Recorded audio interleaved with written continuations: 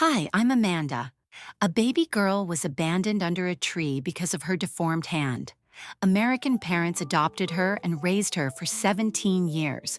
Then they did something that sounds insane. They helped her find the people who left her there. When she finally met her birth mother, 22 years of pain just disappeared. Why would parents who love their child so much push her back to the ones who abandoned her? That's what we're exploring today. And I always thought it was because of my hand that my parents left me, but I didn't know if it was something that happened during birth or an accident that happened later. Something tragic happened to her, and we just wanted to be part of her healing. And then finally, she was reunited with this lost daughter that she thought, was gone forever. And so I was just so happy to be able to tell her that I loved her. May 24th, 2016, a young American woman walks into a police station near Beijing's Temple of Heaven. She's clutching a faded police report, 22 years old. She approaches the officer on duty and asks a question that will change everything. Do you remember the baby girl found under a cypress tree in 1994? Officer Ho freezes. He looks down at the yellowed paper. The handwriting is unmistakably his own. Then slowly the young woman takes her right hand out of her pocket. It's scarred, deformed, her fingers are twisted, bent at impossible angles. Ho's eyes immediately fill with tears. His voice cracks. It's you. This is FeiFei. Her birth parents left her under that tree. But her American parents, Frank and Anne, saw something completely different. They didn't define her by her disability. They saw a child worth fighting for. They saw a life they were meant to help heal. They poured everything into her. And then they did something that sounds almost unthinkable. They insisted she go back to find the people who abandoned her. Why would parents who love their child so deeply encourage her to reconnect with the ones who gave her up? And what would FeiFei discover when she finally came face to face with her birth parents? March 17, 1994, around 10 a.m., Officer Ho receives a call. A baby has been found abandoned in Temple of Heaven Park. He rushes to the scene. There she is, about 1 year old, wearing a small flower-patterned cotton jacket, standing beneath a large cypress tree and crying uncontrollably. Her right hand is wrapped in thick, dirty bandages. Ho has a 4-year-old daughter at home. The moment he sees this baby, something hits him hard. He thinks of his own child, safe, healthy, loved. And here is this little girl alone, in pain, with no one. That thought, imagining his own daughter in the situation, awakens something powerful inside him, a fierce, protective love. He gently picks her up and speaks to her softly until she stops crying. Then carefully, he unwraps the bandages. The hand is badly burned, severely infected. It's clear it hasn't been properly treated for days. Ho rushes her to hospital. Doctors manage to stop the infection from spreading. Afterward, he brings her to the women officers' dormitory while efforts begin to locate her parents. After the first day, she no longer cries. She simply sits quietly, watching everyone around her. It breaks everyone's heart. For days, Ho and his team search the park, asking anyone they can find. Nothing. No one knows anything. In the end, he has no choice. He takes her to the Beijing Social Welfare Institute. The orphanage names her Cao Hao Fei, FeiFei for short. Officer Ho will never forget her. FeiFei spends the next 6 years at the Beijing Social Welfare Institute. 6 years is a long time when you're a child. She watches children come and go. New faces arrive, and then one day, they're gone, picked up by smiling parents who hold their hands and walk them out the door. FeiFei doesn't really understand what adoption means, but she understands this. Some children are chosen, and some are not. Every time she sees a former playmate leave with new parents, something twists inside her. It isn't just sadness. It's a question she can't stop asking herself. Why not me? And she thinks she knows the answer. It's her hand. She watches other children play, their small hands gripping toys with ease. Then she looks down at her own, scarred, visibly different, limited. She hates it. She hates it deeply. Slowly, she begins to believe that her hand is the reason no one wants her. Until one day, in August 2000, when everything changes, a foreign couple walks into the orphanage. They've come to adopt a child, and they ask to meet FeiFei. Frank and Anne have fallen in love with Chinese culture and decide to adopt. They've read FeiFei's file. They know about her injured hand, the one that makes her different from the other children. And that's exactly what makes them certain. They want her. Anne shows FeiFei some photos. There's a smiling dad, a sister, a brother, and a big white dog. For the first time in 6 years, FeiFei feels something she has never felt before. She belongs somewhere. Someone has chosen her. One day, I was told that a woman was coming from America and that she was going to be my mother. And so that first moment that I saw her, a good friend of mine, she whispered in my ear and she said, "Oh, your mom, she's very beautiful." And she was. Not long after, FeiFei boards a plane bound for Texas. And the little girl who once believed her hand made her unwanted is about to discover something that will change everything she believes about herself. Texas, a new home, a new life. FeiFei adapts quickly. There's grass to run on, a room of her own, and Max, the family dog who follows her everywhere. But then her parents mention surgery, something that could help her hand become more flexible. That night, FeiFei sits on the couch, rubbing her scarred hand over and over again, terrified. What if they don't want her anymore? Frank notices. He sits down beside her with a drawing board and quietly begins to sketch the family. In the center of the picture, he draws FeiFei, dancing in a beautiful dress. And then, almost casually, he draws a butterfly landing on her injured hand. FeiFei looks at the drawing and breaks into a smile. Frank doesn't say, "Your hand is fine." He shows her something better. Even this part of you can be beautiful. That simple drawing plants a seed, one that will continue to grow for years. After 2 surgeries, FeiFei's hand becomes more flexible. She can type on a computer now and hold a pencil with more control. Small victories, but huge for her confidence. Her parents enroll her in school. And here's what's remarkable. They don't try to erase her Chinese identity. They do the opposite. They want her to stay connected to where she came from. So Frank and Anne sign her up for Chinese language classes. They hope she'll hold on to her mother tongue, that the connection won't be lost. But reality is unforgiving. Surrounded by English every day, at school, with friends, everywhere, FeiFei's Chinese begins to fade. She forgets words. She struggles in class.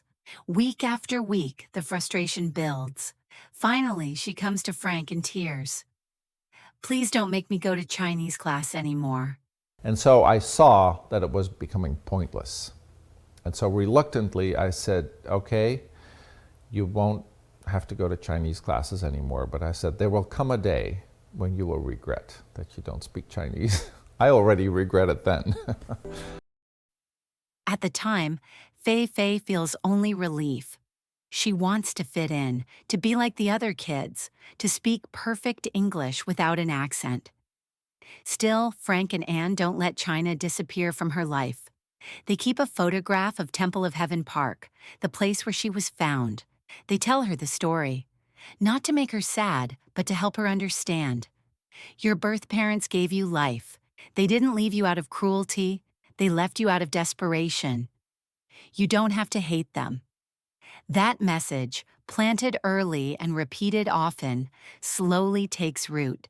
And years later, it will change everything. Years pass. FeiFei thrives in Texas. She does well in school, makes friends, and grows into a typical American teenager. The family is happy, genuinely happy. But Frank and Anne carry something with them. Not anger toward FeiFei's birth parents, sadness.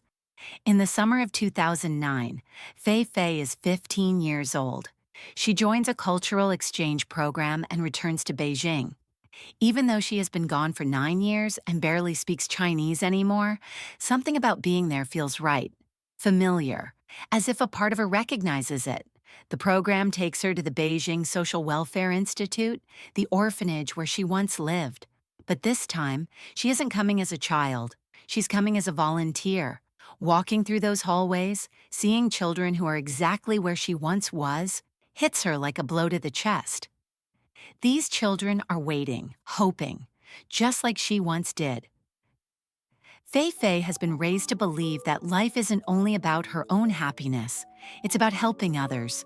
Standing in that orphanage, surrounded by children waiting for their miracle, she makes a decision.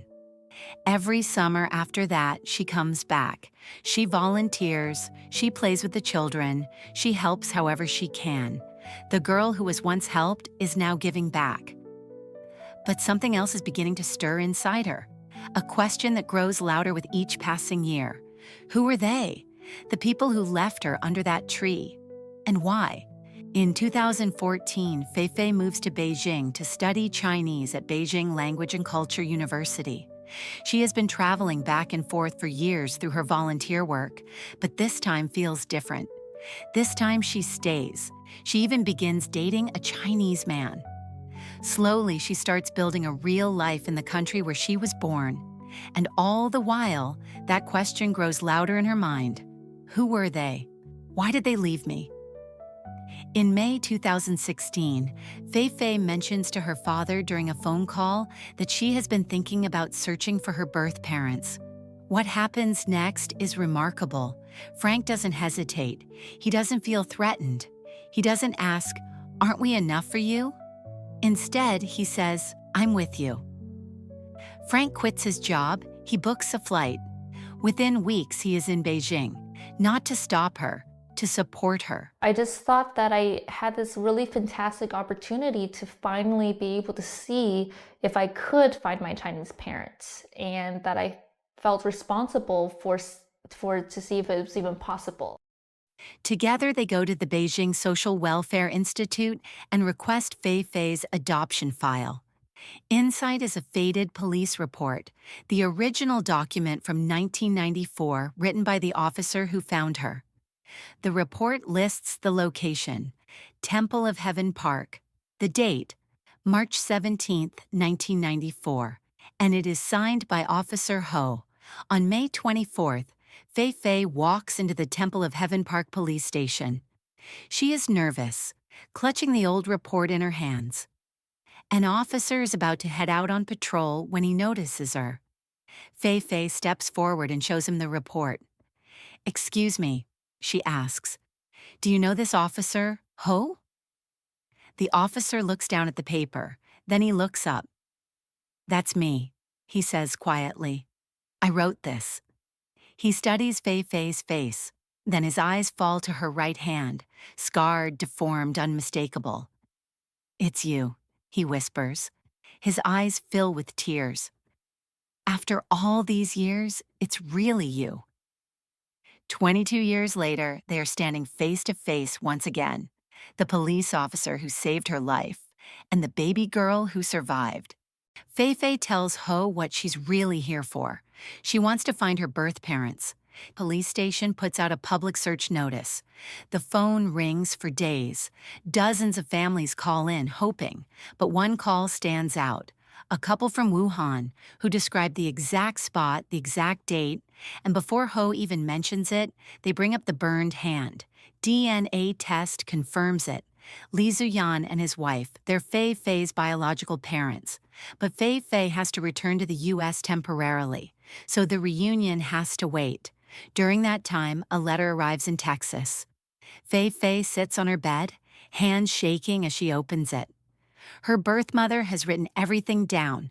The letter explains the poverty, the desperation, the impossible choice at Temple of Heaven Park. January 2017. The reunion doesn't happen in some quiet room. It happens on a massive TV program. She's about to meet the people who left her under that tree 23 years ago. And the first thing that she did, the first question she asked me is, she said, "Oh, does your hand hurt? Is your hand okay?" And I think in a lot of ways, she really blamed herself for what had happened to the injury. And as I told her that my hand was fine and that I had no problems with my hand, and I told her I was just so happy to see her and that I loved her. After the reunion, FeiFei goes back to the rural village she left 23 years ago. She spends Chinese New Year there with her birth family, her first spring festival with them, and she sees it firsthand. Her birth parents' life is still hard, really hard. They're not healthy, they're aging, they live in a small house with almost nothing. FeiFei starts worrying. What if they get sick? What if something happens and she's halfway around the world? She makes a decision. She's going to stay in China. When she tells Frank and Anne, they don't try to stop her. They don't guilt her. They don't say, "What about us?" They're happy she found her family, and they respect her choice. FeiFei says her dream now is to live with her Chinese parents, take care of them, give them a better life. But there's more. She wants to earn money and one day build an orphanage to give other kids the chance she got. Think about this for a second. Frank and Anne raised her, gave her everything, and they're the ones who encouraged her to go back. They're the ones who let her stay.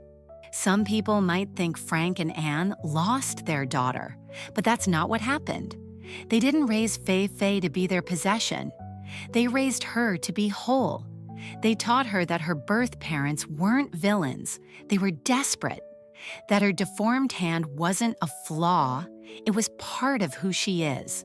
And because of that foundation, FeiFei could stand on that stage and say, "I love you," without hesitation. She could forgive because she was never taught to hate. She could choose both families because neither one demanded she choose only them. That's what real love looks like. Not holding on, letting go when it's time. Frank and Anne didn't lose a daughter. They gave the world someone capable of extraordinary compassion, someone who now wants to build orphanages and help other abandoned kids find hope. Love isn't about keeping someone for yourself. It's about healing them enough that they can love others. That's the gift Frank and Anne gave FeiFei, and that's the gift she's now giving back.